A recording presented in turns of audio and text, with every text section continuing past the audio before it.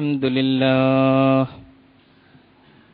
نحمد الله ونستعينه ونؤمن به ونتوكل عليه ونعوذ بالله من شرور أنفسنا ومن سيئات أعمالنا من يهده الله فلا مضل له ومن يضلل فلا هادي له أشهد أن لا إله إلا الله وحده لا شريك له وأشهد أن محمدا عبده ورسوله أرسله بالهدى ودين الحق ليظهره على الدين كله ولو كره المشركون اللهم صل على محمد وعلى آل محمد كما صليت على إبراهيم وعلى آل إبراهيم اللهم بارك على محمد وعلى آل محمد كما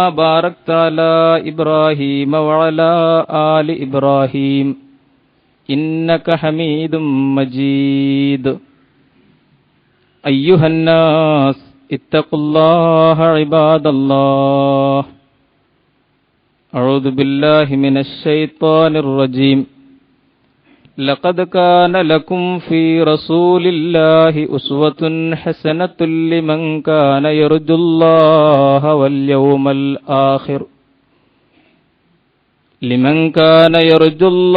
واليوم الآخر وذكر الله كثيرا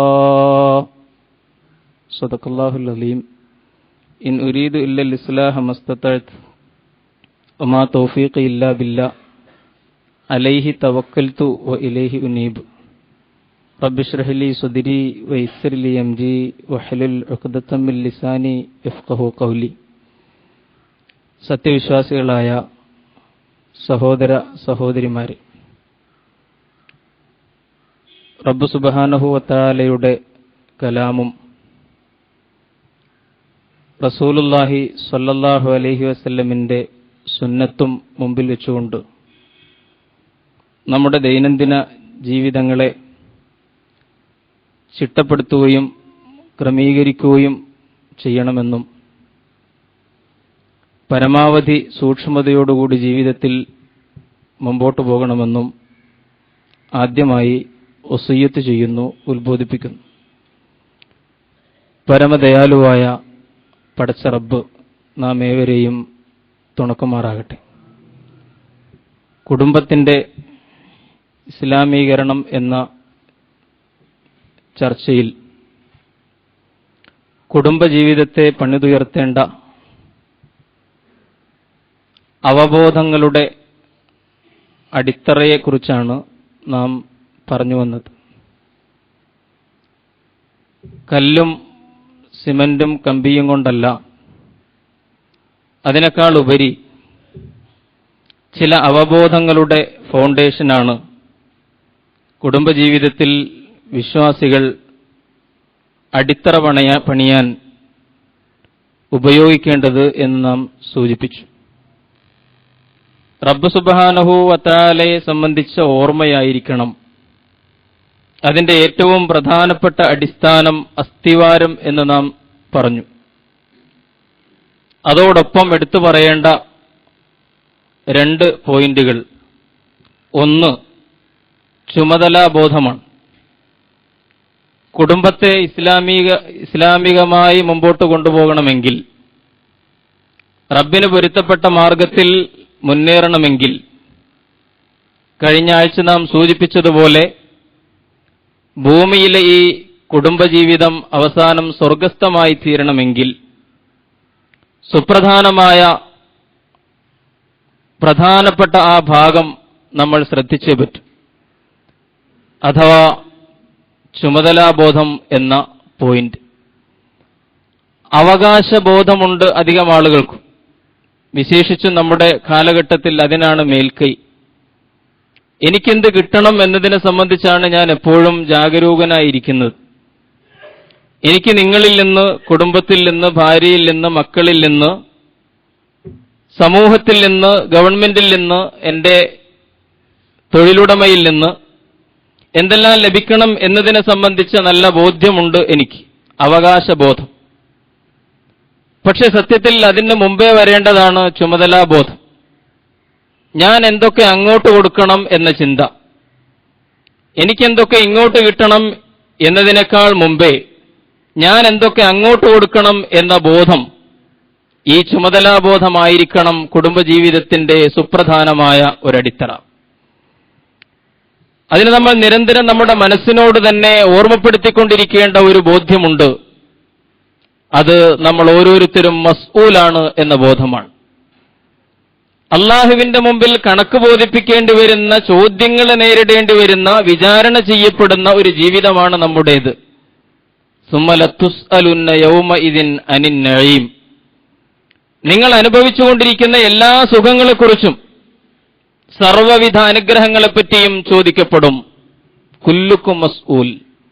ഇപ്പൊ ഞാനും നിങ്ങളും, സ്ത്രീയും പുരുഷനും യഥാർത്ഥത്തിൽ മസ്ഊലാണ് അള്ളാഹുവിന്റെ മുമ്പിൽ. ആ കണക്ക് ബോധിപ്പിക്കേണ്ടി വരുമെന്ന ബോധ്യം നിരന്തരം നമ്മുടെ മനസ്സിനോട് നമ്മൾ തന്നെ പറഞ്ഞുകൊണ്ടിരിക്കേണ്ടതുണ്ട്. ആ ചുമതലാബോധമാണ് മനുഷ്യനെ മാറ്റി തീർക്കുന്നത്. ചരിത്രത്തിൽ നിന്നൊരു ചിത്രം അവതരിപ്പിച്ചാൽ മഹാനായ ഖലീഫ ഉമർ റളിയല്ലാഹു തആല അൻഹു, റോമും പേർഷ്യയും അദ്ദേഹത്തിന്റെ പേര് കേട്ടാൽ ഞെട്ടിപ്പോകുന്ന ഒരു കാലഘട്ടത്തിൽ ജസീറത്തുൽ അറബിന്റെ ഭരണാധികാരിയായിരുന്ന ഉമർ ഒരിക്കൽ ഓടുകയാണ്. ഒരൊട്ടകത്തിന്റെ പിന്നാലെ ഓടുന്ന ഭരണാധികാരി, ചരിത്രത്തിൽ നമ്മൾ ഉമറിൽ മാത്രമേ അത് കാണുന്നുള്ളൂ. വഴിയിൽ വെച്ച് അലി ഇബ്നു അബീ ത്വാലിബ് റളിയല്ലാഹു അൻഹു കണ്ടുമുട്ടി. അലി ചോദിച്ചു, എന്തേ അമീറുൽ മുഅ്മിനീൻ ഇങ്ങനെ കിതച്ച് ഒട്ടകത്തിന്റെ പിന്നാലെ പായുന്നത്? മഹാനായ ഉമർ പറഞ്ഞു, അത് പൊതുമുതലിൽപ്പെട്ട ഒട്ടകമാണ്. അത് മേച്ചിൽ സ്ഥലത്ത് നിന്ന് ഓടിപ്പോവുകയാണ്. അതിനെ പിടിക്കേണ്ടത് ഞാൻ തന്നെയാണല്ലോ എന്ന് അദ്ദേഹം സൂചിപ്പിച്ചു. അലി ഇബ്നു അബീ ത്വാലിബ് പറഞ്ഞു, താങ്കളുടെ പിൻഗാമികളെ വല്ലാതെ പ്രയാസപ്പെടുത്തുകയാണല്ലോ താങ്കൾ ഇത്തരം മാതൃകകളിലൂടെ. അപ്പോൾ ഉമറിന്റെ പ്രതികരണം, അല്ലാഹുവാണ് സത്യം. അങ്ങകലെ യൂഫ്രട്ടീസിന്റെ തീരത്തെങ്ങാനും ഒരു പെണ്ണാട് കൂട്ടം തെറ്റിപ്പോയാൽ അതിന്റെ പേരിലും നാളെ പടച്ചവന്റെ മുമ്പിൽ കണക്ക് പറയേണ്ടി വരുന്നവനാണല്ലോ ഞാൻ എന്ന് പറഞ്ഞുകൊണ്ട് ഓട്ടം തുടരുകയാണ് ഉമറുൽ ഫാറൂഖ് റളിയല്ലാഹു അൻഹു. ഞാൻ സൂചിപ്പിക്കുന്നത് ഇതിനാണ് നമ്മൾ ചുമതലാബോധം എന്ന് പറയുന്നത്. കുല്ലുക്കും മസ്ഊൽ കുല്ലുക്കും റായിൻ വ കുല്ലുക്കും മസ്ഊലുൻ അൻ റഅയ്യതിഹി. ഉമർ ജസീറത്തുൽ അറബിന്റെ ഭരണാധികാരിയായിരുന്നു. റസൂലുള്ളാഹി പറഞ്ഞു, നിങ്ങളിൽ ഓരോ പെണ്ണും ഓരോ പുരുഷനും ഭരണാധികാരിയാണ്. നിങ്ങളുടെ കീഴിലുള്ള എല്ലാത്തിനെ സംബന്ധിച്ചും ചോദ്യം ചെയ്യപ്പെടുന്നവരാണ് എന്ന ഈ ചുമതലാബോധത്തിന്റെ അടിത്തറയിൽ വേണം നമ്മുടെ കുടുംബജീവിതത്തെ കെട്ടിപ്പടുക്കാൻ. മൂന്നാമത്തെ ഒരു അടിസ്ഥാനം എന്ന് പറയുന്നത് പ്രണയവും കരുണയുമാണ്. ദമ്പതികൾ തമ്മിൽ ഉണ്ടായിരിക്കേണ്ട പ്രണയം, വീട്ടിലെല്ലാവരോടും കാണിക്കേണ്ട കാരുണ്യം. വിശുദ്ധ ഖുർആൻ 30-ാം അധ്യായം സൂറത്തുർ റൂം 21-ാം വചനം റബ്ബ് സുബ്ഹാനഹു വ തആല പറയുന്നു, ومن آياته أن خلق لكم من أنفسكم أزواجا لتسكنوا إليها وجعل بينكم مودة ورحمة. മവദ്ദത്തും റഹ്മത്തും, ഇത് നിങ്ങളുടെ കുടുംബ ജീവിതത്തിൽ ഒരു അടിയൊഴുക്കായി തീരണം. കാരുണ്യത്തിന്റെയും പ്രണയത്തിന്റെയും ഒരു ഒഴുക്കുണ്ടാകണം വീട്ടിൽ. ഭാര്യാഭർത്താക്കന്മാർ തമ്മിലുണ്ടായിരിക്കേണ്ട പ്രണയത്തിന്റെ കാര്യം വിശുദ്ധ ഖുർആൻ സൂചിപ്പിക്കുകയാണ്. മവദ്ദത്ത്, ഏറ്റവും തീവ്രമായ ആ സ്നേഹം ജീവിതത്തിൽ ഒരടിയൊഴുക്കായി നിറയണം. കല്യാണത്തിന് മുമ്പ് പ്രേമിക്കുകയും കല്യാണത്തിന് ശേഷം കാമുകന്മാരായിരുന്ന ആ കാലത്തുണ്ടായിരുന്ന സ്നേഹം നഷ്ടപ്പെട്ടു പോവുകയും ജീവിതം യാന്ത്രികമായി പോവുകയും അങ്ങനെ വിവാഹമോചനത്തിലേക്ക് എത്തുകയും ചെയ്യുന്ന ഒരുപാട് അനുഭവങ്ങൾ നമ്മുടെ ചുറ്റുപാടുകളിൽ നമ്മൾ കാണുന്നുണ്ട്. കല്യാണത്തിന് മുമ്പ് പ്രണയം, കല്യാണത്തിന് ശേഷം പിന്നെ ആ പ്രേമത്തിന്റെ നഷ്ടം, ഇത് നമ്മൾ കാണും. ഇസ്ലാം പഠിപ്പിക്കുന്നത് കല്യാണത്തിന് മുമ്പ് അത്തരം ബന്ധങ്ങൾ ഒഴിവാക്കണം. വിവാഹമെന്ന കരാറിലൂടെ ജീവിതത്തിലേക്ക് പ്രവേശിച്ചവരെ സംബന്ധിച്ചിടത്തോളം പിന്നെ വജഅല ബൈനക്കും മവദ്ദതൻ വറഹ്മ, റബ്ബ് സുബ്ഹാനഹു വ തആല ഹൃദയത്തിന്റെ അഗാധമായ ഭൂമികളിൽ നിക്ഷേപിച്ച ആ പ്രേമവും ആ കരുണയും നിങ്ങൾ ജീവിതത്തിൽ ഉയർത്തിപ്പിടിക്കേണ്ടതുണ്ട്. മുതിർന്നവർക്ക് വേണ്ടത്ര പരിഗണന കിട്ടണം കുടുംബത്തിൽ. കുട്ടികൾക്ക് വേണ്ടത്ര പരിലാളന കിട്ടണം കുടുംബത്തിൽ. ചെറിയ കുട്ടികൾക്ക് വേണ്ടത്ര പരിലാളനയും മുതിർന്നവർക്ക് വേണ്ടത്ര പരിഗണനയും കിട്ടുന്ന സുഭദ്രമായ, ശാന്തപൂർണമായ, കാരുണ്യത്തിന്റെയും സ്നേഹത്തിന്റേതുമായ ഒരു കൂടായി കുടുംബത്തെ മാറ്റിയെടുക്കുവാൻ സാധിക്കണം എന്ന് സൂചിപ്പിക്കുകയാണ്. രണ്ടായിരുന്നത് ഒന്നായി തീരുകയാണല്ലോ വിവാഹത്തിലൂടെ. വൈക്കം മുഹമ്മദ് ബഷീറിന്റെ കഥാപാത്രം പറഞ്ഞതുപോലെ കണക്കിൽ മോശമായിരുന്നു മജീദ്. അധ്യാപകൻ ചോദിച്ചു, ഒന്നും എത്ര? മജീദ് പറഞ്ഞു, ഒന്നും ഇമ്മിണി വലിയ ഒന്നാണ്. പക്ഷേ ആ പറഞ്ഞതൊരു വലിയ ജീവിത സത്യമാണ്. ഒന്നും 2 എന്ന് പറയുന്നത് ഒരു ഗണിതശാസ്ത്ര ഉത്തരമാണ്. അത് മാത്തമാറ്റിക്സിന്റെ ഉത്തരമാണ്. ജീവിതമെന്ന് പറയുന്ന കല നൽകുന്ന ഉത്തരം ഒന്നും 2 മതിയാവുകയില്ല. ഒന്നും മജീദ് പറഞ്ഞതുപോലെ ഇമ്മിണി വലിയ ഒന്നായി മാറേണ്ടതുണ്ട്. മജീദ് അതിനൊരു ന്യായം പറഞ്ഞു. ആ കഥ വായിച്ചാൽ, ബാല്യകാലത്തേക്ക് വായിച്ച് നമുക്ക് മനസ്സിലാവും.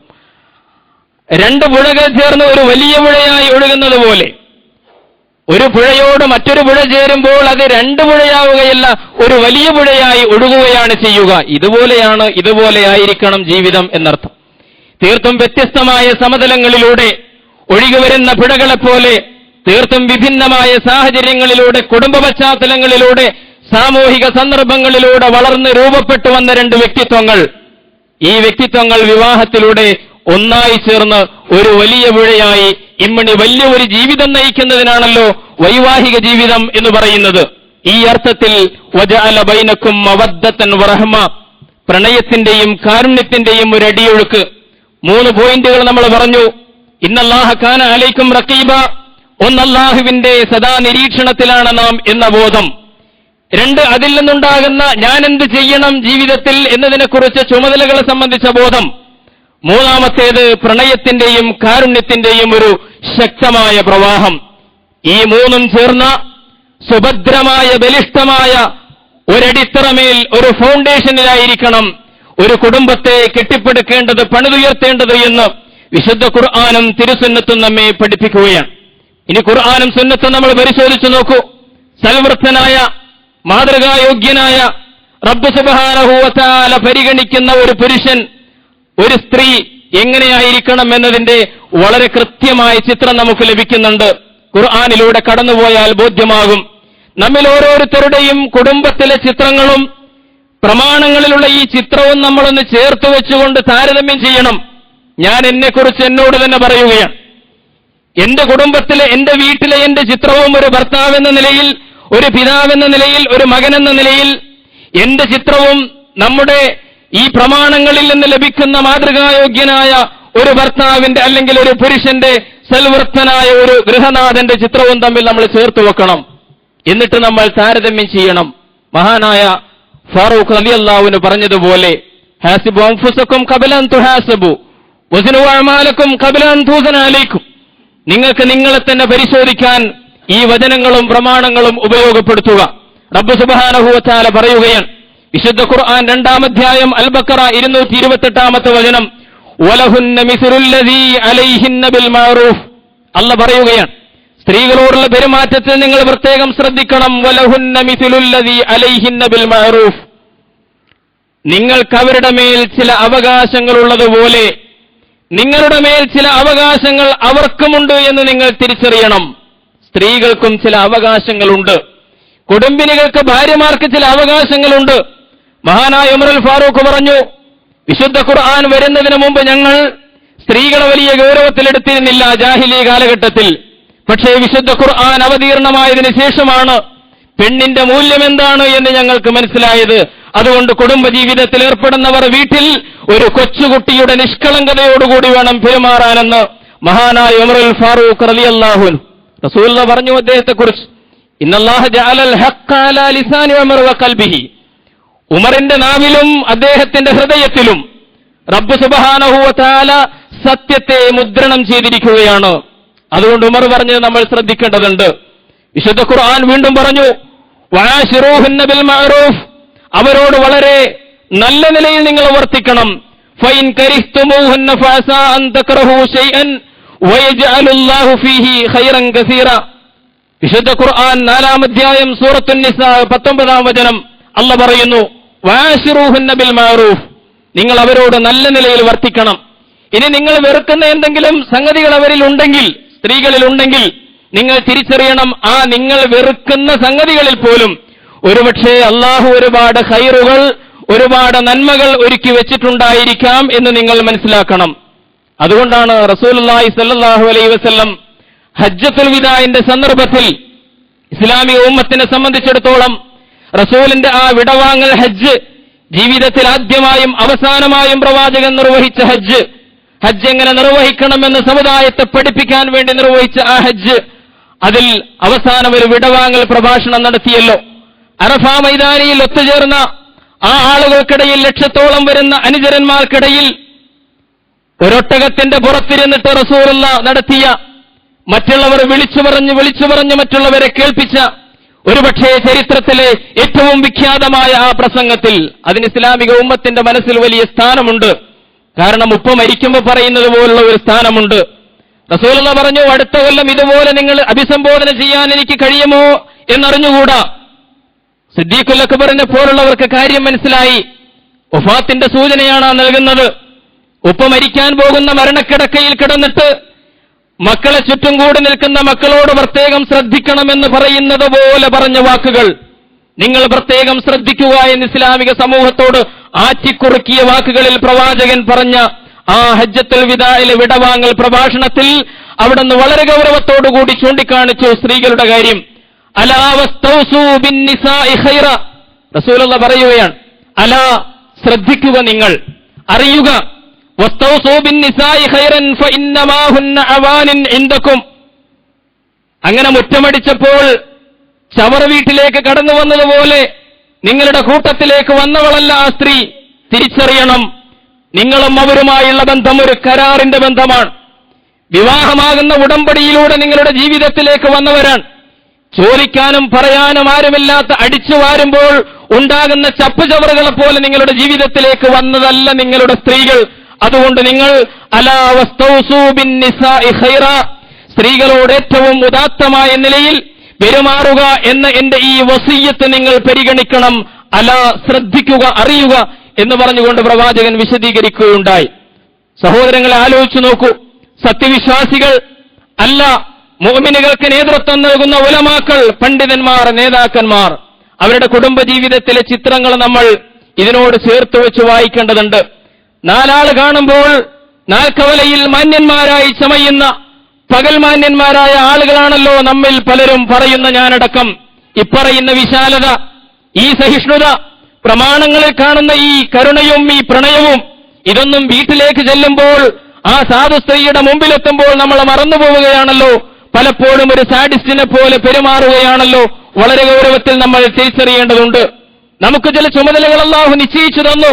അർരിജാലു ഖവ്വാമൂന അലൻ നിസാ, വിശുദ്ധ ഖുർആൻ പറഞ്ഞു 4-ാം അധ്യായം നിസാ 34-ാമത്തെ വചനത്തിൽ പുരുഷന്മാർക്ക് അല്ലാഹു നാഥത്വം നൽകിയിരിക്കുകയാണ്. അർരിജാലു ഖവ്വാമൂന അലൻ നിസാ, പുരുഷന്മാർക്ക് കുടുംബത്തിൽ അല്ലാഹു അവരെ ഗൃഹനാഥന്മാരാക്കിയിരിക്കുകയാണ്. പലപ്പോഴും ഇത് പുരുഷാധിപത്യത്തിന്റെ ഒരു സൂക്തമായിട്ടാണ് ആളുകൾ തെറ്റിദ്ധരിച്ചിട്ടുള്ളത്. അർരിജാലു ഖവ്വാമൂന അലൻ, പെണ്ണുങ്ങളുടെ മേൽ കുതിര കയറാൻ, അവരുടെ മേൽ അധികാരം സ്ഥാപിക്കാൻ, ആധിപത്യം സ്ഥാപിക്കാൻ, പുരുഷാധിപത്യത്തിന്റെ ഒരു സംസ്കാരം ഉണ്ടാക്കി വെച്ചിട്ട് അതിന് ന്യായം പറയാൻ പലപ്പോഴും വിശുദ്ധ ഖുർആനിലെ ഈ ആയത്ത് ദുരുപയോഗം ചെയ്യാറുണ്ട്. അർരിജാലു ഖവ്വാമൂന അലൻ നിസാ, അല്ലാഹു പറഞ്ഞത് അതൊന്നുമല്ല.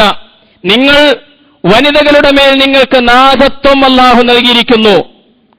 അതാണ് ഖവ്വാം എന്ന് പറഞ്ഞ ഗൃഹനാഥൻ. സാധാരണ നമ്മൾ പറയാറുണ്ടല്ലോ, മലയാള ഭാഷയിൽ തന്നെ ഗൃഹനാഥൻ എന്നാണ് പറയാറ്. ആ ഗൃഹനാഥൻ എന്ന് പറയുമ്പോൾ അവരുടെ സംരക്ഷണ ഉത്തരവാദിത്വം, അവരുടെ പരിപാലനം, അവരുടെ വളർച്ച, അവരുടെ മേൽനോട്ടം, അവരുടെ നായകത്വം, ഇതാണ് അതുകൊണ്ട് ഉദ്ദേശിക്കപ്പെടുന്നത്, അല്ലാതെ അവരെ ചൂഷണം ചെയ്യലല്ല. അർരിജാലു ഖവ്വാമൂന അലൻ നിസാ, എന്തുകൊണ്ട് അല്ലാഹു അത് പുരുഷന്മാർക്ക് നൽകിയെന്നൊരു ചോദ്യമുണ്ട്. ഖുർആൻ അതിന് ഉത്തരം പറഞ്ഞു, ബിമാ ഫളലല്ലാഹു ബഅദഹും അലാ ബഅദ്, നിങ്ങളിൽ ചിലർക്ക് ചിലരെക്കാൾ പ്രകൃതിപരമായിട്ട് അല്ലാഹു ചില യോഗ്യതകൾ നൽകിയിട്ടുണ്ട്. അതാണ് ഒരു കാരണം. സ്ത്രീയും പുരുഷനും തമ്മിൽ പുരുഷന്റെ ജീൻസും പുരുഷന്റെ ടീഷർട്ടും ഇട്ടാൽ സ്ത്രീയാവുകയില്ല, അല്ല പുരുഷനാവുകയില്ല. സ്ത്രീയെ അങ്ങനെ ഇടിച്ചു കൊണ്ടുവന്നാൽ ഒരിക്കലും അവൾ ഒരു പുരുഷനാവുകയില്ല. തിരിച്ചും അങ്ങനെ തന്നെയാണ്. അതുകൊണ്ടാണ് റസൂലുള്ളാഹി ഒരിക്കൽ പറഞ്ഞത്, പുരുഷന്റെ വേഷം കെട്ടുന്ന സ്ത്രീ, സ്ത്രീയെപ്പോലെ സംസാരിക്കുകയും സ്ത്രീയെപ്പോലെ പെരുമാറുകയും അവളുടെ ശൈലികൾ സ്വീകരിക്കുകയും ചെയ്യുന്ന പുരുഷൻ രണ്ടുപേരെയും അല്ലാഹു സുബ്ഹാനഹു വ തആല ശപിച്ചിരിക്കുന്നു എന്ന് റസൂലുള്ളാഹി സ്വല്ലല്ലാഹു അലൈഹി വസല്ലം പറയുകയുണ്ടായി. അതുകൊണ്ട് സ്ത്രീയെ പുരുഷനാക്കണ്ട, പുരുഷനെ സ്ത്രീയുമാക്കണ്ട. രണ്ടു കൂട്ടർക്കും അവരുടെ പ്രകൃതിപരമായ പ്രത്യേകതകൾ പരിഗണിച്ചുകൊണ്ട് റബ്ബ് നൽകിയ ചുമതലകളും ധർമ്മങ്ങളും കർമ്മങ്ങളും നിറവേറ്റുകയാണ് വേണ്ടത്. രണ്ടാമത് അവരെ ഈ നായകത്വം ഏൽപ്പിക്കാനുള്ള ഒരു കാരണം വബിമാ അൻഫഖൂ മിൻ അംവാലിഹിം, അവരാണ് കാശ് ചെലവഴിച്ചുകൊണ്ടിരിക്കുന്നത്. സമ്പത്തിന്റെ ഉത്തരവാദിത്വം മുഴുവൻ അല്ലാഹു പുരുഷനെ ഏൽപ്പിച്ചിരിക്കുന്നു. പെണ്ണിന് കിട്ടിയ മഹർ വിവാഹമൂല്യം അതിൽ നിന്ന് പോലും അവൾ പുരുഷന് കൊടുക്കേണ്ടതില്ല, നിയമപരമായിട്ടൊരു ബാധ്യതയുമില്ല. കുഞ്ഞുങ്ങളുടെ വളർച്ച, കുടുംബത്തിന്റെ മുന്നോട്ട് പോക്ക്, പുരുഷന്റെ സാമ്പത്തിക പ്രയാസം, ഇതൊന്നും സ്ത്രീ പരിഹരിക്കേണ്ടതില്ല. അവൾക്ക് ഇസ്ലാമിൽ ഒരു സാമ്പത്തിക ബാധ്യതയുമില്ല, എല്ലാ ബാധ്യതയും പുരുഷനാണ്. അതുകൊണ്ടാണ് അനന്തര സ്വത്തിൽ ചിലപ്പോൾ പുരുഷന്റെ ബാധ്യ സ്ത്രീക്ക് കിട്ടുന്നത്. കാരണം അവൾക്കൊരു ഗിഫ്റ്റായിട്ട് കിട്ടുകയാണ്. അവൾക്കിതിൽ നിന്നൊന്നും ചിലവഴിക്ക് ഇഷ്ടമുണ്ടെങ്കിൽ വേണമെങ്കിൽ ഭർത്താവിനെ സഹായിക്കാം, വീട്ടിലെ ചെലവുകൾക്ക് അത് വേണമെങ്കിൽ ഉപയോഗിക്കാം. അവളെ നിർബന്ധിക്കാൻ പുരുഷനായ ഭർത്താവിന് യാതൊരു അവകാശവുമില്ല ഇസ്ലാമിന്റെ നിയമപ്രകാരം. അപ്പോൾ പുരുഷൻ പ്രത്യേകമായിട്ട് ശ്രദ്ധിക്കണം. സാമ്പത്തിക ബാധ്യതയുള്ളതുകൊണ്ടും പ്രകൃതിപരമായ സവിശേഷതകൾ നിമിത്തവും ഈ കുടുംബത്തെ പോറ്റാനും വളർത്താനും അതിനുള്ള നായകത്വത്തിന്റെ പദവി നിനക്ക് പ്രത്യേകമായിട്ട് അല്ലാഹു നൽകിയിരിക്കുന്നു എന്ന് പറഞ്ഞാൽ നിനക്ക് അധിക ചുമതല, നിനക്ക് ഉത്തരവാദിത്വത്തിന്റെ ഭാരം കൂടുതലാണ് എന്നാണ് ആ പറഞ്ഞതിന്റെ അർത്ഥം. നന്മയിൽ വർത്തിക്കുക എന്ന് പ്രവാചകൻ സല്ലല്ലാഹു അലൈഹി വസല്ലം ആവർത്തിച്ച് പറയുകയുണ്ടായി. എന്നല്ല, അവരുടെ കാഴ്ചപ്പാടിൽ നിങ്ങൾ നല്ലവരാണെങ്കിലേ നല്ലവരാകൂ എന്ന് അള്ളാന്റെ റസൂൽ എടുത്തു പറഞ്ഞിട്ടുണ്ട്. ഇത് നമ്മൾ പ്രത്യേകം ശ്രദ്ധിക്കണം. ഭാര്യമാരുടെ മുമ്പിൽ എന്തൊരു വലിയ ഒരു പോയിന്റാണ് റസൂലുള്ളാഹി പറഞ്ഞത് നമ്മൾ ചിന്തിക്കേണ്ടതുണ്ട്. നിങ്ങളുടെ ഭാര്യമാർ നിങ്ങളെക്കുറിച്ച് നല്ലവനെന്ന് പറഞ്ഞാലേ നിങ്ങൾ നല്ലവരാകൂ.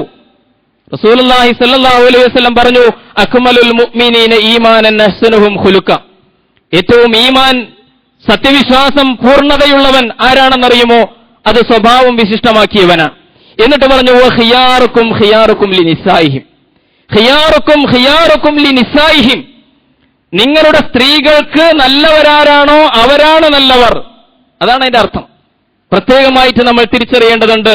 ഭാര്യമാർ നല്ലവൻ എന്ന് വിചാരിക്കുന്നവനെ അള്ളാഹുവിന്റെ ദൃഷ്ടിയിലും നല്ലവനാകൂ എന്ന് പ്രവാചകൻ പറയുകയാണ്. ഈ ഒരൊറ്റ ഹദീസിന്റെ കഷ്ണം മതി ലോകത്ത് എത്ര മഹത്തുക്കളുണ്ട് എന്ന് തീരുമാനിക്കാം. രാഷ്ട്രീയത്തിൽ ഒരുപാട് ആളുകൾ, കലയിലും സാഹിത്യത്തിലും സാമ്പത്തിക രംഗത്തും ഒരുപിടി ആളുകൾ, കലാകാരന്മാർ, ചിന്തകന്മാർ, ബുദ്ധിജീവികൾ, ദാർശനികർ, ചിത്രകാരന്മാർ, ഒരുപാട് കോടിക്കണക്കിന് അനുയായികളുള്ള ആരാധകരുള്ള നേതാക്കന്മാർ, ഇവരിൽ എത്ര പേർ യഥാർത്ഥത്തിൽ ഇപ്പറഞ്ഞ അർത്ഥത്തിൽ വിശിഷ്ടരാണ്, നല്ലവരാണ്, മഹത്വക്കളാണ് എന്ന് നമ്മൾ പരിശോധിച്ചു. റസൂലുള്ള ഒരു സ്കെയിൽ തരികയാണ് നമ്മെ പരിശോധിക്കാനും മറ്റുള്ളവരെ പരിശോധിക്കാനും. ഖിയാറുക്കും ഖിയാറുക്കും ലിനിസായിഹിം, സ്വന്തം സ്ത്രീകളോട് നല്ല വിശിഷ്ടമായിട്ട് പെരുമാറാൻ, കുലീനമായിട്ട് പെരുമാറാൻ കഴിയുന്നവരാരോ അവർ മാത്രമാണ് വിശിഷ്ടർ എന്ന് പറയും. നമ്മൾ ആലോചിച്ച് നോക്കൂ, എത്രയോ ആളുകൾ പ്ലാബോ പിക്കാസോ മുതൽ ചങ്ങമ്പുഴ കൃഷ്ണപിള്ള വരെ എന്ന് വേണമെങ്കിൽ വിശദീകരിക്കാം. അവരൊക്കെ ലോകത്തിന്റെ ആരാധന നേടിയെടുത്തവരാണ്, ലോകത്തേറ്റവും അറിയപ്പെടുന്നവരാണ്. കോടിക്കണക്കിന് രൂപ കൊടുത്തു വേണം അവരുടെയൊക്കെ പെയിന്റിങ്ങോ കവിതയൊക്കെ വാങ്ങിക്കാൻ. അത്രമേൽ പ്രസിദ്ധരായ, ലോകം മുഴുവൻ ആദരിക്കുന്ന കലാകാരന്മാർ. പക്ഷെ അവരുടെ ജീവിതം എന്തായിരുന്നു? കുടുംബത്തിൽ അവരുടെ ഭാര്യമാരുടെ മുമ്പിൽ എന്തായിരുന്നു അവരുടെ പെരുമാറ്റം? പ്ലാബോ പിക്കാസോ എന്ന് പറയുന്നത് ലോകമറിയുന്ന ഏറ്റവും പ്രസിദ്ധനായ 20-ാം നൂറ്റാണ്ട് കണ്ട ഏറ്റവും വലിയ ചിത്രകാരനായിരുന്നു പിക്കാസോ. 20,000-ഓളം രചനകളുണ്ട് അദ്ദേഹത്തിന്റെ. ഓരോ രചനയും കോടിക്കണക്കിന് ഉറുപ്പിക വില വരുന്ന രചനകൾ. ഗോർണിക്ക പോലുള്ള വലിയ ശ്രദ്ധേയമായിട്ടുള്ള പെയിന്റിംഗ് നടത്തിയ ചിത്രകാരനാണ് അദ്ദേഹം. ഗോർണിക്ക എന്ന് പറഞ്ഞാൽ സ്പെയിനിലെ ഗോർണിക്ക എന്ന് പറയുന്ന സ്ഥലം ഹിറ്റ്ലർ ആക്രമിച്ച് അവിടത്തെ ജനങ്ങളിൽ ഭൂരിപക്ഷത്തെയും കൊന്നൊടുക്കിയപ്പോൾ ലോകത്തേറ്റവും ശ്രദ്ധേയമായ ഒരു ചിത്രത്തിലൂടെ പ്രതികരിച്ച വലിയ കലാകാരനായിരുന്നു പ്ലാബോ പിക്കാസോ. ക്യൂബിസം എന്ന് പറയുന്ന ഒരു ചിത്രകലാ സങ്കേതത്തിന്റെ ഉപജ്ഞാതാവാണ് അദ്ദേഹം. മോഡേൺ ആർട്ടിന്റെ സ്ഥാപകനാണ് അദ്ദേഹം. ഇപ്പോഴും അദ്ദേഹത്തിന്റെ രചനകൾ കോടിക്കണക്കിന് ഡോളറാണ് അതിന്റെ ഒരു പെയിന്റിംഗ്, അദ്ദേഹം വരച്ച ഒരു പെയിന്റിംഗ്. ഇങ്ങനെയുള്ള പ്ലാബോ പിക്കാസോ, അദ്ദേഹത്തെക്കുറിച്ച് അദ്ദേഹത്തിന്റെ ഭാര്യ കുറെ നാൾ മുമ്പ് ഒരു ഗ്രന്ഥം പ്രസിദ്ധീകരിച്ചു, അദ്ദേഹത്തിന്റെ ജീവചരിത്രം. അപ്പോഴാണ് ഈ പിക്കാസോവിന്റെ, ഈ ലോകമാന്യന്റെ കുടുംബത്തിലെ ചിത്രം കിട്ടുന്നത്. ഞാൻ സൂചിപ്പിക്കുന്ന റസൂലുള്ളാഹി പറഞ്ഞു, ഖിയാറുക്കും ഖിയാറുക്കും ലിനിസായിഹിം, പെണ്ണുങ്ങളുടെ മുമ്പിൽ എങ്ങനെ, അതാണ് ഒരു മനുഷ്യന്റെ മഹത്വം നിർണ്ണയിക്കുന്നത്. ഈ മനുഷ്യനെ കുറിച്ച് അവരുടെ ഗ്രന്ഥത്തിൽ രേഖപ്പെടുത്തുന്നു, ഇദ്ദേഹം ഏറ്റവും വലിയ സാഡിസ്റ്റ് ആയിരുന്നു, പരപീഡനാസക്തിയുള്ള ആളായിരുന്നു. മറ്റുള്ളവരെ ഉപദ്രവിക്കുമ്പോൾ, അവരെ വേദനിപ്പിക്കുമ്പോൾ, അവരെ ദുഃഖിപ്പിക്കുമ്പോൾ സുഖമനുഭവിക്കുന്ന ഒരു മനോവൈകൃതത്തിന്റെ ഉടമയായിരുന്നു. ഞങ്ങൾ ഭാര്യമാർ, ഒന്നിലധികം ഭാര്യമാരുണ്ടായിരുന്നു അദ്ദേഹത്തിന്. ഭാര്യമാരാണ് അതിന്റെ ഇരകളായി മാറിയത്. എന്തുമാത്രമെന്ന് ചോദിച്ചാൽ അവർ വിശദീകരിക്കുന്നു, ചിലപ്പോൾ ഞങ്ങൾ ഭാര്യമാരെ നന്നായിട്ട് വേഷമൊക്കെ ചെയ്യിച്ച് അങ്ങനെ ഒരുക്കി നിർത്തിയിട്ട് ഞങ്ങളുടെ സുന്ദരമായ കവിളുകളിൽ അദ്ദേഹം വലിച്ചുകൊണ്ടിരിക്കുന്ന സിഗരറ്റിന്റെ കത്തുന്ന അഗ്രഭാഗം കൊണ്ട് കുത്തിനോവിച്ചിട്ട് ആനന്ദിക്കുക. ഇതായിരുന്നു അദ്ദേഹത്തിന്റെ ഏറ്റവും വലിയ ഒരു ഹോബി, ഏറ്റവും വലിയ സാഡിസ്റ്റ് ആയിരുന്നു എന്ന് പറയുകയാണ് പിക്കാസോയെ കുറിച്ച്. ഖിയാറുക്കും ഖിയാറുക്കും ലിനിസായിഹിം. റസൂലുള്ളാഹി വിശദീകരിക്കുന്നു, പെണ്ണുങ്ങളുടെ മുമ്പിൽ, കുടുംബിനികളുടെ മുമ്പിൽ അല്ലയോ ഭർത്താക്കന്മാരെ നിങ്ങൾ എങ്ങനെയാണ്. ഇത് വളരെ പ്രധാനപ്പെട്ട ഒരു കാര്യമാണ്. VS നൈപോൾ എന്ന് പറയുന്ന വലിയൊരു നോബൽ ലൊറേറ്റ്, നോബൽ സമ്മാന ജേതാവായ ബുക്കർ പ്രൈസ് ഒക്കെ കിട്ടിയ വലിയൊരു സാഹിത്യ സാമ്രാട്ട്, അദ്ദേഹത്തെക്കുറിച്ച് ഈയിടെ അദ്ദേഹത്തിന്റെ ഒരു ഭാര്യ ഒരു ഗ്രന്ഥം എഴുതി. അപ്പോഴാണ് ലോകം ഇതൊക്കെ അറിയുന്നത്. The word is what it is എന്ന് പറയുന്ന ആ പുസ്തകത്തിൽ അയാളുടെ കിരാതമായ മുഖം അവർ അനാവരണം ചെയ്യുകയാണ്. ക്യാൻസർ ബാധിച്ച അർബുദത്തിന്റെ വേദനകളുമായിട്ട് കഴിഞ്ഞുകൂടുന്ന നാളുകളിൽ ഈ മനുഷ്യൻ എന്നെ തിരിഞ്ഞു പോക്കുക പോലും ചെയ്യാതെ അദ്ദേഹത്തിന്റെ ഓഫീസ് സെക്രട്ടറി എന്ന പേരിൽ നിയമിച്ച പെണ്ണുമായിട്ട് വെപ്പാട്ടിയുമായിട്ട് കൂട്ടുകൂടി കൂത്താടി നടക്കുകയായിരുന്നു. ലോകമാദരിക്കുന്ന ഈ സാഹിത്യ അവരുടെ പുസ്തകങ്ങൾ നമ്മൾ വായിച്ചുകൊണ്ടിരിക്കുന്നു, അവരെ വലിയ ആളുകളായിട്ട് വാഴ്ത്തിക്കൊണ്ടിരിക്കുന്നു. റസൂലുള്ളാഹി പറയുന്നു, ഖിയാറുക്കും ഖിയാറുക്കും ലിനിസായിഹിം. സ്ത്രീകളോട് നന്നായിട്ട് പെരുമാറുന്നവനാരോ അവനാണ് യഥാർത്ഥത്തിൽ മഹത്വമുള്ളവൻ എന്ന് റസൂലുള്ളാഹി വിശദീകരിച്ചു. അതുകൊണ്ട് ബാധ്യതകൾ, സ്ത്രീകളോടുള്ള ബാധ്യതകൾ നിർവഹിക്കുന്ന വിഷയത്തിൽ പ്രത്യേകമായിട്ട് നമ്മൾ ശ്രദ്ധിക്കണം. ഭാര്യയുടെ ലൈംഗികമായ താല്പര്യങ്ങൾ പൂർത്തീകരിക്കാത്ത മനുഷ്യനെ സംബന്ധിച്ച് അല്ലാഹുവിന്റെ റസൂൽ അത്തരം ഒരു മനുഷ്യനോട് പറഞ്ഞു, ഇന്നലി സൗജിക അലൈക ഹഖൻ. അല്ല, നിന്റെ ഇണയോട് നിനക്ക് ചില വലിയ ചുമതലകളുണ്ട്. നീ ഒരുപക്ഷെ വലിയ നിസ്കാരക്കാരനായിരിക്കാം, നോമ്പുകാരനായിരിക്കാം, ഇബാദത്തിൽ മുഴുകുന്നവനായിരിക്കാം, പക്ഷേ ഭാര്യയുടെ അവകാശം അവൾക്ക് വകവെച്ചു കൊടുക്കണം, അവരുടെ ശാരീരിക ആവശ്യങ്ങൾ പൂർത്തീകരിച്ചു കൊടുക്കണം. അത് ഹക്കാണ് എന്ന് റസൂലുള്ളാഹി സ്വല്ലല്ലാഹു അലൈഹി വസല്ലം പറയുകയാണ്. ഒരിക്കൽ ഒരു മനുഷ്യൻ വന്നിട്ട് നബിയോട് ചോദിച്ചു, മാ ഹഖ്ഖു സൗജത്തി അഹദിനാ അലൈഹി. അല്ലാഹുവിന്റെ റസൂലേ, ഞങ്ങളുടെ ഭാര്യമാർ, അവർക്ക് ഞങ്ങളുടെ മേലുള്ള ബാധ്യതകൾ എന്തൊക്കെ? റസൂലുള്ളാഹി വിശദീകരിച്ചു, അൻ തുത്ഇമഹാ ഇദാ തുഇംത. നീ തിന്നാൽ അവളെ നീ തീറ്റാൻ ശ്രദ്ധിക്കണം. നീ ഭക്ഷണം കഴിക്കുന്നുവെങ്കിൽ, നീ നല്ല ഭക്ഷണം കഴിക്കുന്നുവെങ്കിൽ അവൾക്കും നല്ല ഭക്ഷണം നീ ഉറപ്പുവരുത്തണം. വതക്സൂഹ ഇദാ തസൈത. നീ നല്ല വസ്ത്രം ധരിക്കുന്നുവെങ്കിൽ അവളെയും നല്ല വസ്ത്രം ധരിപ്പിക്കാൻ നീ പ്രത്യേകം ശ്രദ്ധിക്കുക. നീ നല്ല വസ്ത്രം ധരിച്ച് നിന്റെ ഭാര്യയും നിന്റെ കുടുംബത്തിലുള്ള മക്കളും മോശമായിട്ട് വേഷം ധരിച്ച് നടക്കുന്നത് ഇസ്ലാമികമല്ല എന്ന് റസൂലുള്ളാഹി പറയുകയാണ്. വലാ തലരിബിൽ വജ്ഹ്.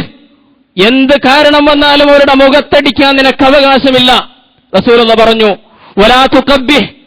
അവളെ നീ അവഹേളിക്കരുത്, അവളെ വഷളാക്കരുത്. വലാ തഹ്ജുർ ഇല്ലാ ഫിൽ ബൈത്ത്.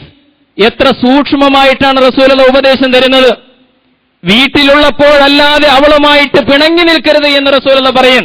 നമ്മൾ ആലോചിച്ച് നോക്കൂ, പ്രവാചകൻ പറയുന്ന ആ നിർദ്ദേശ മർമ്മത്തിലാണ് പ്രവാചകൻ തൊടുന്നത് എന്ന് പറഞ്ഞാൽ, നിങ്ങൾ തമ്മിൽ എന്തോ ഒരു സൗന്ദര്യ പിണക്കമുണ്ടെന്ന് സങ്കല്പിക്കുക. ഭാര്യയും ഭർത്താവും തമ്മിൽ എന്തോ കാര്യത്തിൽ തെറ്റി, അങ്ങോട്ടും ഇങ്ങോട്ടും എന്തൊക്കെയോ പറഞ്ഞു, അങ്ങനെ മുഖം വെറുപ്പിച്ചിരുന്നു, ഭക്ഷണം കഴിച്ചില്ല. അങ്ങനെ ഇരിക്കുമ്പോഴാണ് നമ്മുടെ ഒരു അതിഥി, ഒരു ഗസ്റ്റ് വീട്ടിലേക്ക് വരുന്നത്, അല്ലെങ്കിൽ ഒരു ബന്ധു വരുന്നത്. അദ്ദേഹത്തിന് നിങ്ങൾ തമ്മിൽ വഴക്കാണെന്ന് തോന്നാൻ പാടില്ല. നിങ്ങൾ തെരുവിലൂടെ നടക്കുമ്പോൾ നിങ്ങൾ പിണക്കത്തിലാണ് എന്ന് ആളുകൾക്ക് മനസ്സിലാകാൻ പാടില്ല. വലാ തഹ്ജുർ ഇല്ലാ ഫിൽ ബൈത്ത്. അതൊക്കെ നിങ്ങളുടെ സ്വകാര്യമായിട്ടുള്ള സംഗതികളാണ്.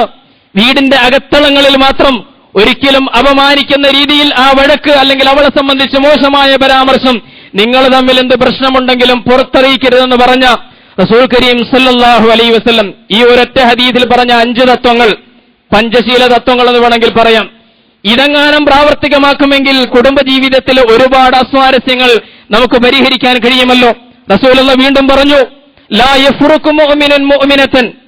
ഇതൊക്കെ നമ്മൾ പ്രത്യേകമായിട്ട് ശ്രദ്ധ വെക്കേണ്ട ചില വിഷയങ്ങളായതുകൊണ്ട് എടുത്തു പറയുകയാണ്.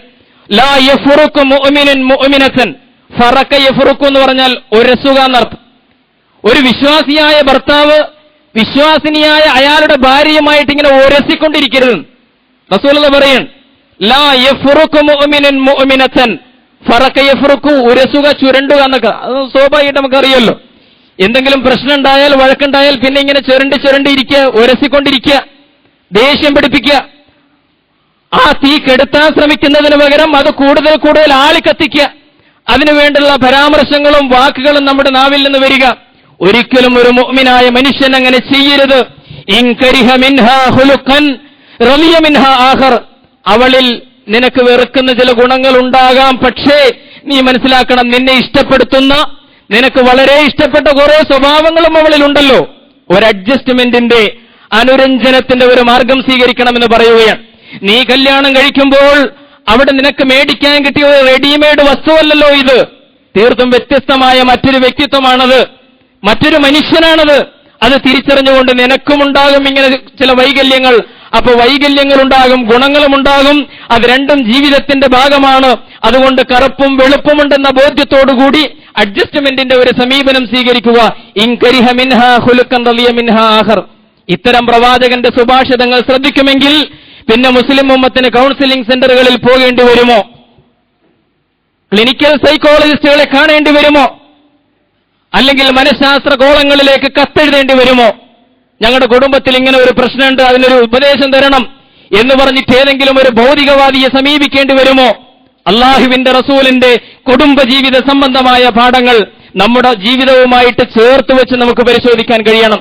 പ്രവാചകൻ ഇങ്ങനെ കുറെ വലിയ തത്വങ്ങൾ പറഞ്ഞിട്ട് പിൻവാങ്ങുകയല്ല ചരിത്രത്തിൽ ചെയ്തത്. അതുപോലൊരു ജീവിതം അദ്ദേഹം ലോകത്തിന്റെ മുമ്പിൽ കാഴ്ചവെക്കുകയും ചെയ്തു. ഇമാം ബുഖാരി രേഖപ്പെടുത്തി, കാന ഫീ മിഹ്നത്തി അഹ്ലിഹി.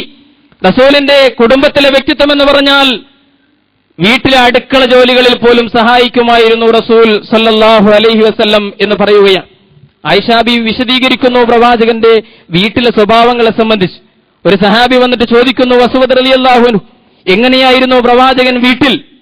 ആയിഷ പറയുന്ന ഓരോ വാക്കും നമ്മൾ പരിശോധിക്കുകയും പഠിക്കുകയും ചെയ്യേണ്ടതുണ്ട്. ലോകത്തിലെ ഏറ്റവും തിരക്ക് പിടിച്ച മനുഷ്യൻ, നമുക്ക് കുടുംബവുമായിട്ട് ഇടപഴകാനോ മക്കളുമായിട്ടൊന്ന് സല്ലപിക്കാനോ ഭാര്യയുമായിട്ടൊരു വർത്താനം പറയാനോ നേരമില്ലാത്ത രീതിയിൽ തിരക്ക് നമ്മളെയൊക്കെ കീഴ്പ്പെടുത്തിക്കളഞ്ഞ ഈ കാലഘട്ടത്തിൽ നമ്മൾ മനസ്സിലാക്കണം, ചരിത്രത്തിലെ ഏറ്റവും തിരക്ക് പിടിച്ച മനുഷ്യൻ, 23 കൊല്ലം കൊണ്ട് ലോകം കണ്ട ഏറ്റവും വലിയ മഹാവിപ്ലവം, ആ മഹാവിപ്ലവം സാധിച്ചെടുത്ത അന്ത്യപ്രവാചകൻ, പരിവർത്തനങ്ങളുടെ മഹാപ്രവാഹങ്ങൾക്ക് തുടക്കം കുറിച്ച റസൂൽ, ആ റസൂലുള്ളാഹി സ്വല്ലല്ലാഹു അലൈഹി വസല്ലം വീട്ടിൽ ചെന്നാൽ അടുക്കള ജോലികളിൽ പെണ്ണുങ്ങളെ സഹായിക്കുന്ന ഒരു മനുഷ്യനായിരുന്നു എന്ന് പറയുകയാണ്. ആയിഷ ബീവി വിശദീകരിച്ചു, കാരണം റസൂലുള്ളാഹി സ്വല്ലല്ലാഹു അലൈഹി വസല്ലം യഖ്സിഫുനാലഹു, പ്രവാചകൻ ചെയ്തിരുന്ന ജോലികൾ വിശദീകരിക്കുകയാണ്. അദ്ദേഹം ചെരുപ്പ് തുന്നിയിരുന്നു എന്ന് പറയും. ചെരുപ്പ് തുന്നിയിരുന്നു അദ്ദേഹം, ചെരുപ്പ് തുന്നുന്ന നബി. വയഹീതു സൗബഹു, വസ്ത്രം തുന്നിയിരുന്ന നബി.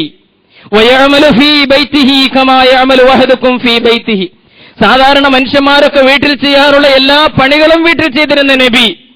വഖാലത്ത്, ആയിഷ തുടരുന്നു, കാന ബശറം മിനൽ ബശരി യുഫല്ലി സൗബഹു, പലപ്പോഴും വീട്ടിലെ വസ്ത്രങ്ങളൊക്കെ അടുക്കി കുടഞ്ഞ് വൃത്തിയാക്കി അതിലെ പേനും ഇതൊക്കെ കളഞ്ഞിട്ടൊക്കെ വൃത്തിയാക്കി വെക്കുന്ന പണി പലപ്പോഴും റസൂലുള്ളാഹിയാണ് ഞങ്ങളുടെ വീട്ടിൽ ചെയ്തിരുന്നത് എന്ന് ആയിഷ ബീവി റളിയല്ലാഹു തആല അൻഹ പറയുകയാണ്. നമ്മൾ ആലോചിച്ചു നോക്കും, നമ്മുടെ ഓരോരുത്തരുടെയും വ്യക്തിത്വം അല്ല ഏതോ നിലക്കൊരു പണ്ഡിതനോ നേതാവോ ചിന്തകനോ അല്ലെങ്കിൽ അറിയപ്പെടുന്നവനോ ആയിക്കഴിഞ്ഞാൽ പിന്നെ ജീവിതത്തിൽ കാണുന്ന ഒരു ജാടയുണ്ടല്ലോ.